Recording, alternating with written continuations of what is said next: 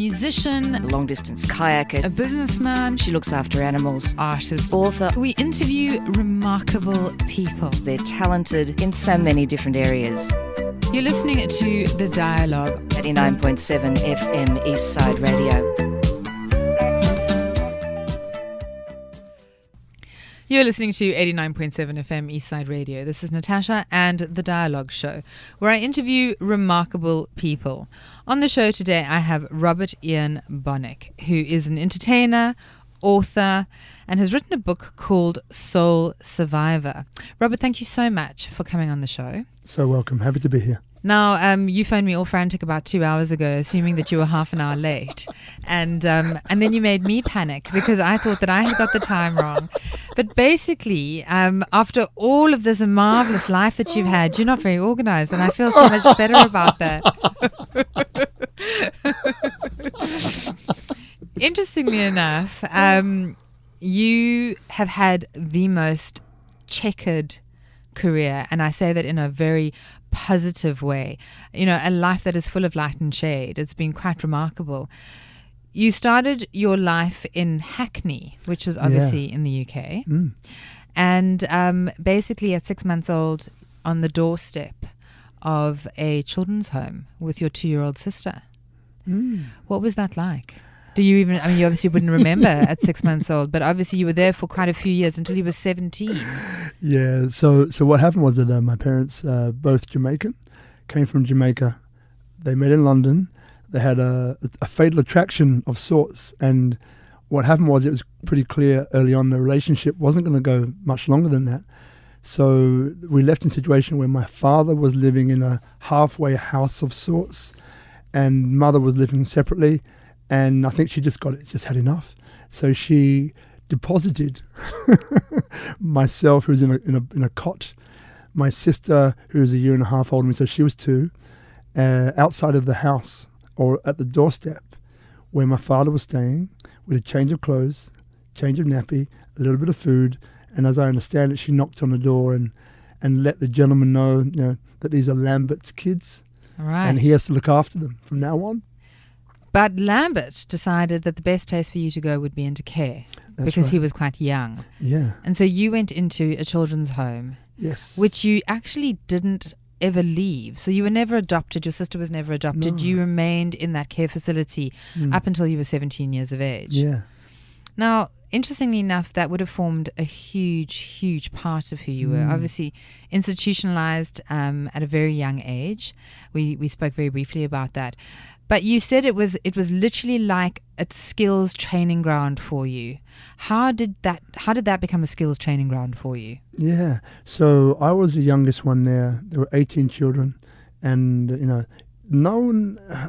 I guess I was 6 months old, so the usual norm was that you'd be 12, 13, 14, and then come in and leave, and that could be for adoption or anything else. And so there's constant turnover. Yet there were some who stayed there for quite a period of time. So I was an introvert at home, an extrovert at school. So what used to happen was that, you know, people in a way, I think they felt sorry for me, half of my peers. So half of them, you know, some of them bullied me, and the other half, when they weren't bullying me, they were like teaching me things, teaching me about sport, teaching me about life, teaching me about how to do things and how not to do things. And many of them, 'cause it was, in the end, it was like one big family that fought every now and again. You know, it was in the end, they saw me as I was growing up. Maybe they saw potential. And most of these guys saw the fact that, hey, don't be like me. I know you idolize me, Rob, but don't be like me. Be better than me. And then they began to pass things on to me. They began to pass tools, techniques, skills that I was really into because, you know, I had nothing better to do. I looked up to them. They said you should do this and not do what I did. So then that then became the way that I used to learn things. And then else, yep. So you said of the 18 children, like 4 of them landed up dead. Yeah. You and somebody else became very successful. Yeah. So there was a real melting pot of people within that environment. But at school, you were brilliant at sport. You excelled at sport, particularly at basketball. Yeah. Which doesn't surprise me. I mean, just so that people understand, you are a black gentleman. You are massively tall. You have the biggest hands I've ever seen in my entire life. I mean, they're like Super Bowls. You just have to put your hand in the air and the ball would get stuck on them. And you actually played basketball for England as a junior. That's right. Yeah. So you were obviously fabulously good at it. Oh, look, I really feel extremely fortunate in my life. I feel that there's been a guiding hand somehow, which has always been manipulating behind the scenes. I'm a believer that you make your own luck. So I don't believe that luck just comes from anywhere. And I believe you need to take action, create chances, but you need to grab those opportunities by the horns and really go for it. With the basketball, so for the record, I'm 6'3", which is not that massively tall. It's not that massively tall for basketball players, but it is pretty tall generally. And I mean, you have the impression of incredible size on you're imposing. And then with the basketball, what it was, because I wasn't the best player in the team. On the inside I was, but on the outside there's a little bit of fear that held me back.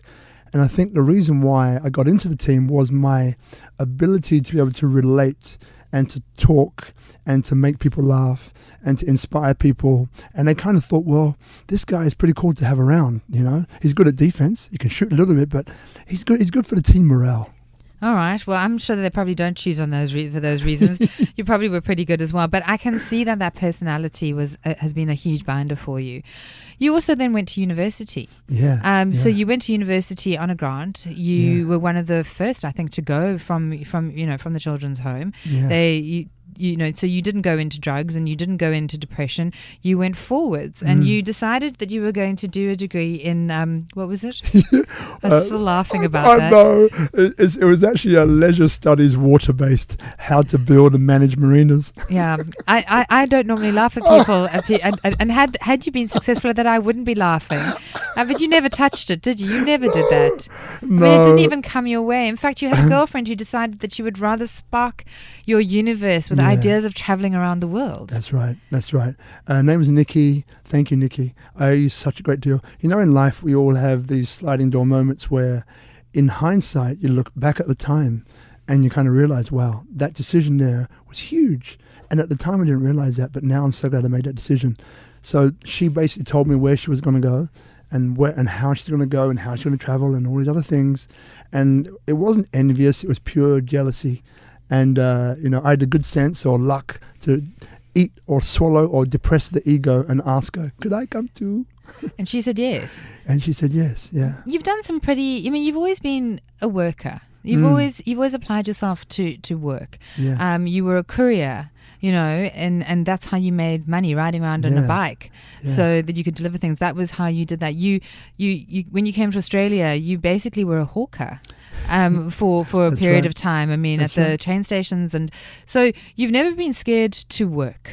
Yeah. And you've never had a big enough ego to think that nothing was above or below you. You were willing to just go out and do what you needed to do. Absolutely.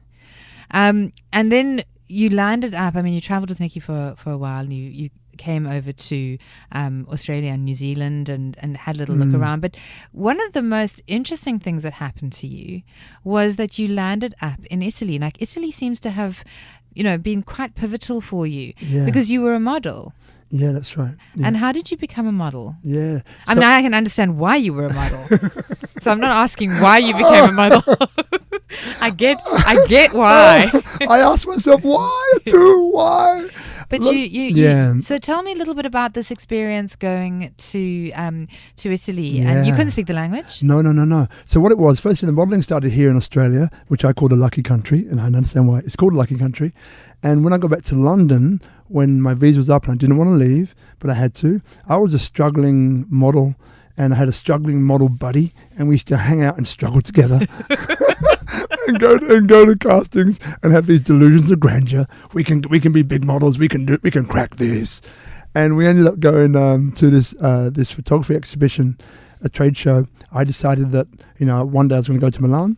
We fortuitously met this guy called Franco, who was a little bit lecherous, but I took his business card anyway. When you say a little bit lecherous, what does a little bit lecherous mean? Well, do they want to? Is it leery looks or is it sort of leery touches? Yeah, well, the touches came later. Oh, they did. But at that time, is a tall, gaunt man with bespectacled, with always this 4-day growth and a cigarette hanging out of his mouth. Oh, like a quintessential he just looked like a caricature. Yeah, he did. And there's something about him you didn't quite trust, but you knew that he knew stuff, but you're in this state of like, I'm not quite sure if I know this guy, but if I should get his business card, but I think I should.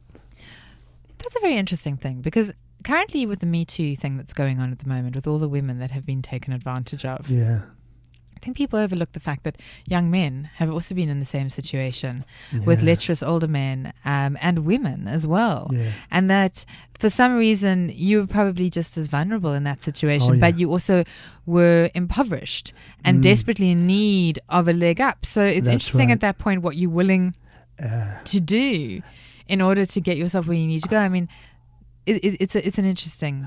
And there's a little bit which happened later, but I'm going to answer that first question of yours. So I went to Milano. I found a contact, fortuitously, a friend to stay with, and then after 2 or 3 days, it was like a Friday. I thought I should go and see this guy Franco, who I met months prior. I've forgotten what he looked like. I went on the tram system, got lost a million times because the sense of direction needs a bit of work. And I finally got to the place. There's a piazza, like a little square, which was, no more than 5 meters square. I was walking across 2 o'clock in the afternoon, sun, and there's another gentleman coming in the opposite direction to me, and we were about to pass and cross. He had a suitcase in his hand. So I just thought, you know what, now or never, could this be Franco? So I said, Franco, in the best Italian accent, which I didn't have. And he said, si, and then continued to speak to me in Italian, which I didn't understand.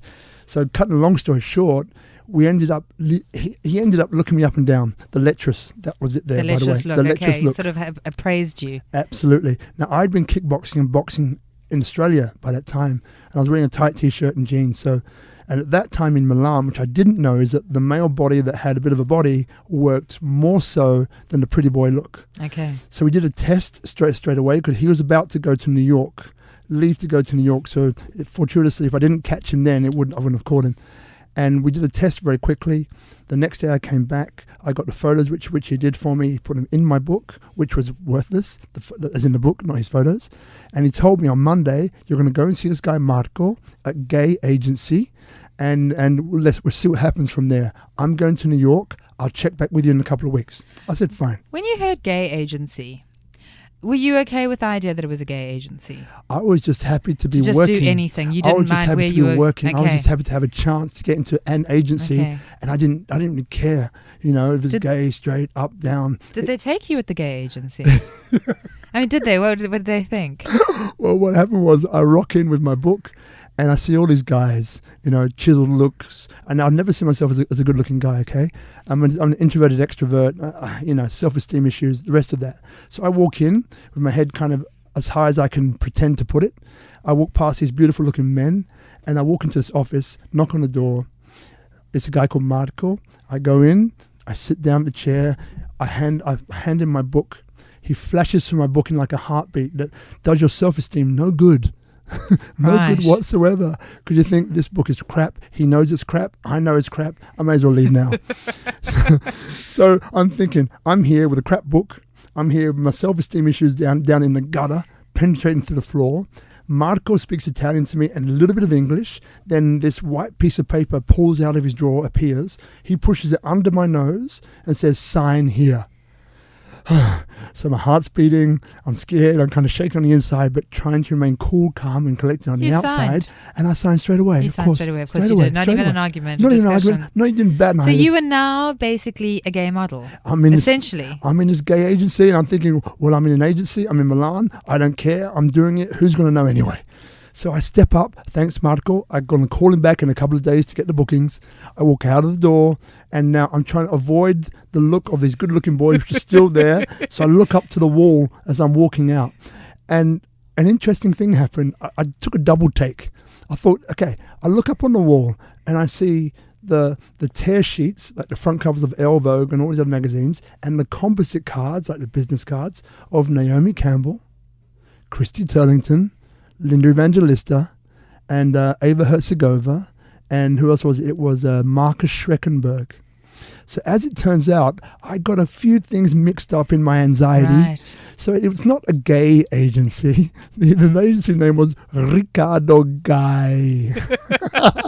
So basically, you were in like Flynn. You were in one of the top agencies, top Italian agencies in Milan. In Milan with the supermodels, and we went on to do shows together, campaigns I did, and all this other crazy stuff that happened to me, and that's how it happened. You remained. I mean, you've obviously mixed with some very high-profile people. I'd imagine Yeah. you've been to a lot of interesting parties. Oh yeah, and could say a lot of, tell me a lot of stories that we wouldn't be able to air. But you've remained quite humble and Yeah. quite close to who you are as Yeah. a human being. It's remained, you never got into the drug scene. No. It wasn't something that you said you watched one of the guys from the children's home die. Yeah. And they said maybe he was a drug dealer, and That's you right. thought no drugs not for me. Not for me. Yeah. Because you worked in Australia on the doors of a lot of the top entertainment venues, a lot of the top clubs. Yeah. And obviously that is a drug-fueled environment. How did you manage to stay away and keep your integrity? Yeah, look, firstly, with the drug element, there's definitely drugs in clubs and bars and everything else. But, it's up to the venue to work out how you police that and how you create a situation where that doesn't become an issue, right? So how I approached it, because I was doing lots of meditation at that time as well, and I was kind of getting to that side of myself. And as I didn't mention before, but coming out of the orphanage, there's 3 rules that I live by. 1 is never forget where I'm from. 2 is never forget who helped me to get where I am today. And 3 is to always give back without expectation of getting something back in return. So these are things that I've lived by. So in that environment, I used to, before I used to go to work, I used to meditate in the shower, draw white light over myself to kind of protect myself from the entities out of there, like a bit like spiritual stuff. And when I used to get to the door, I used to make sure that I was in a state of being ego-less, because fundamentally I also understood that when you work on the doors and you're around that high-profile stuff, I've met some of the most unhappiest people which have been the most successful. And it happens time and time again. And what I realized growing up, hanging out with some of these people, living with some of these people, that the cover of the book is not an indication of what the book is, what the book really is. So then I realized that we're actually all the same. I'm not above or below anyone. I'm the same as everyone. So then if I could live that way, and even when I'm working in a really high profile, which could be a bit of a Ponzi environment for some people, you can still be that way. So that's the way I used to be, and that's where I used to prepare myself every night before I went to work. And what I found is that people really, truly just want to be connected to. When all is said and done, we just want to be seen for who we are and acknowledged. If we can acknowledge a person's spirit and soul and heart, there's nothing that we can't do after that. And people almost feel like I can breathe, I can relax, I can let all that ego shit go. You said that, when you were growing up, you obviously encountered quite a bit of racism. Yeah. You said that it was there. I mean, you were the only black kid. That's right. At school for 12 years. Exactly. Yeah. So, a sort of fish out of water in a lot of ways. Yeah. But then you went to, it was a university, and there was 95% black. And suddenly you were like in an environment that was really new, and you had a whole lot of people who looked like you. That must have been quite an interesting journey, going from being sort of, someone who stood out quite a lot physically, although the same inside. That's right. To suddenly not standing out any longer and just being the same as everybody. Yeah, that's right. And I mean, it's in the orphanage was majoritively black, but we had all the colours of the rainbow coming on through there. But you spend more time at school than you do there. And the kids and people that you relate to or become your friends, usually are friends from school, so you spend a lot of time in that environment. So then when I went to Waltham Forest College after I failed some exams, it was a huge culture shock for me. And it was just like, oh my, I think I was scared for the first 2 or 3 weeks. You were scared of the other people who were like you? Yeah. I was like, what do I do? What do I talk about? I tried to put on an accent, or I was, as you said, completely a fish out of water, which was bizarre. But I'm so happy for that experience, because that helped me to unite the 2 parts of me, the white part and the black part. So, and then after that came more acceptance and understanding of my background, of my culture, which is also white and black. And that helped me to be able to relate to people in a far stronger way as well. Your mum and your dad, your mum particularly, sort of remained in contact while you were in the home. Yeah. Your father for some period of time and your mother actually constantly. While she maybe couldn't kind of, she had, I think, schizophrenia. Yeah. Which must have been very difficult. And in a way, maybe a blessing that you weren't in that environment. Absolutely. So she sort of remained a part of your life. And I'm sure that some of her values must have actually, the good parts of her must have kind of crept into you. I can tell just from interviewing you that you build rapport really quickly, and I think that's something that you've said has always been one of your strengths. Yeah. You've done a lot of self-help. Yes. But you also have learnt how to get on with everyone. That's right. Which is a skill, let's be honest, because not everyone can deal with, the flotsam and jetsam of life. That's right. Yeah. But one of the interesting things that you did is that, the giving back part came quite clearly for you when you had a cafe in Redfern. Yeah. Talk to me a little bit about what happened in that cafe and how that giving back program sort of worked for you. Yeah. So in Redfern, it's called Social Laneway Espresso. Still there now, but we don't own it anymore. And it's quite interesting because Redfern is the black heart of Australia.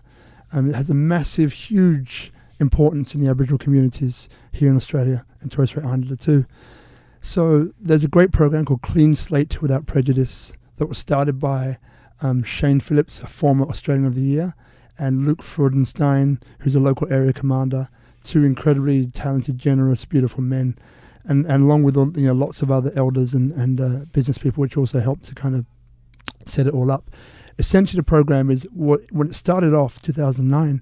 It was about taking Aboriginal males and females, young, who are obviously dispossessed and deculturalized, if that's a word, taking them off the street from the petty crime that they were getting up to, and giving them more of a routine and discipline. Monday, Wednesday, Friday, 6 a.m. to 7 a.m. Boxing was providing them the routine and discipline, gloves and pads. And then there's a mentoring program attached, which Tribal Warrior are responsible for. But magic happened because what you have is you have the police training as well with the kids that they're locking up. So then through this adventure of boxing and holding pads and everything else, there's a relationship that's built, because boxing, you get tired, you get fatigued, your arms drop. You can both relate and understand that I'm so tired now. I can't lift my hands. So then the facade drops away, and then you actually begin to see each other as human beings. And an amazing transformation happens when that happens. And then you add the mentoring program at the end, magic happens. So the level of crime within 2 or 3 years dropped by 80%. That's huge. It's just huge. So what I was doing is that I was one of the cogs in the wheel of with the kids and boxing and passing on what I know. But also, I did a lot of coaching with the mentors, and the mentors are the people responsible for moving that program into the community, picking up the kids every single, all those 3 mornings a week, big bus, driving them in, driving them home, helping them with their homework, helping them get into school, into college, or into work. They're massively important guys. So I taught them about public speaking, but more importantly, how to bring your heart and your purpose behind the words you say. So when you speak, you have a level of authenticity and congruency, because people feel you because you're relating stories on how you grew up and how you overcame things, and you're giving it to the kids in such a way that you don't say, listen to me, do what I do, but as a result of them looking at you in the way that they do, and when they hear someone speak from the heart with authenticity and clarity and purpose, you can't help but be moved by it. So then that's the work I was doing with them, which had some incredible benefits for all of us. And our cafe was a meeting point, like a hub, for all of those Aboriginal kids to come. They get a free orange juice, and they kind of come. But there's a free orange juice. It was a banter. It was a community. The elders used to come there. So many different parts of that Aboriginal community and the police coming together there, having a chat, having coffee, having a laugh, and that's what we built. So you've gone on to write a book. Interestingly enough, it is. It's a hardcover, the one that you've given me over here, which is quite interesting. So Soul Survivor. And it's been produced. It's been published by New Holland. Yeah, New Holland Publishers. Okay, so it's not a self-published book, which a lot of people self-publish. Yeah. So they saw incredible value in who you are and what you've done, because they don't put money into things if they don't think that the story is really fascinating and interesting. And so you've gone from this young baby in an orphanage in the UK around the world as an entertainer and at the doors of top clubs, meeting amazing people, working with Madonna, and helping to create a cast for the MTV Awards. I think it was. Was that what it was? Yeah, that's right. You've rubbed up against some of the most famous people, and then landed in Redfern, which is fascinating because it's almost like none of that stuff, none of that glamorous, glitzy stuff really stuck to you. Not to say that you're not glamorous and glitzy, but the bullshit just didn't stick. That's right. Which is, I think, makes you quite remarkable, because those things normally do fundamentally change people. You're quite young still, youngish. Also, you've got that beautiful black skin, so you just can't see any of the damn lines on it, which I feel quite irritated about. You've got a fabulous partner, 2 beautiful children, living now in Bali. Bali and Sydney, yeah. And Sydney. What's on the bucket list? I mean, we're actually at the end of the interview, so give me 2 things that are on the bucket list. Wow. Look, it's incredible because being a father, I never thought I'd be that. And I'm so happy and proud I found Marina, and we had 2 beautiful kids, and I've got that experience where I can really have an effect of giving back to the world through how those kids grow up and what they learn, and hopefully we can find a way that they're beautiful people, and they learn about challenge and they learn about upset, but they also learn about generosity and giving back to people. That's one. The second thing is that with the book, obviously, and then the speaking that comes on the back of that, it gives me a chance to hopefully positively infect many other people to see that, neither of us are above nor below, but we're the same as each other. And there's a whole bunch of things that we can relate around together, regardless of, but still respecting each other's views, religions, and ways of being. Maybe we can get you to come and run the country for us. Would love to. We've come to the end of the interview. I have been interviewing Robert Ian Bonnick, who has written a book called Soul Survivor about his amazing life. It has been such a pleasure to meet you. Thank you. I feel imbued by your fantastic personality and your energy. It's very, very contagious. And it's been such a joy to interview you. We will be back next week with another fantastic dialogue interview.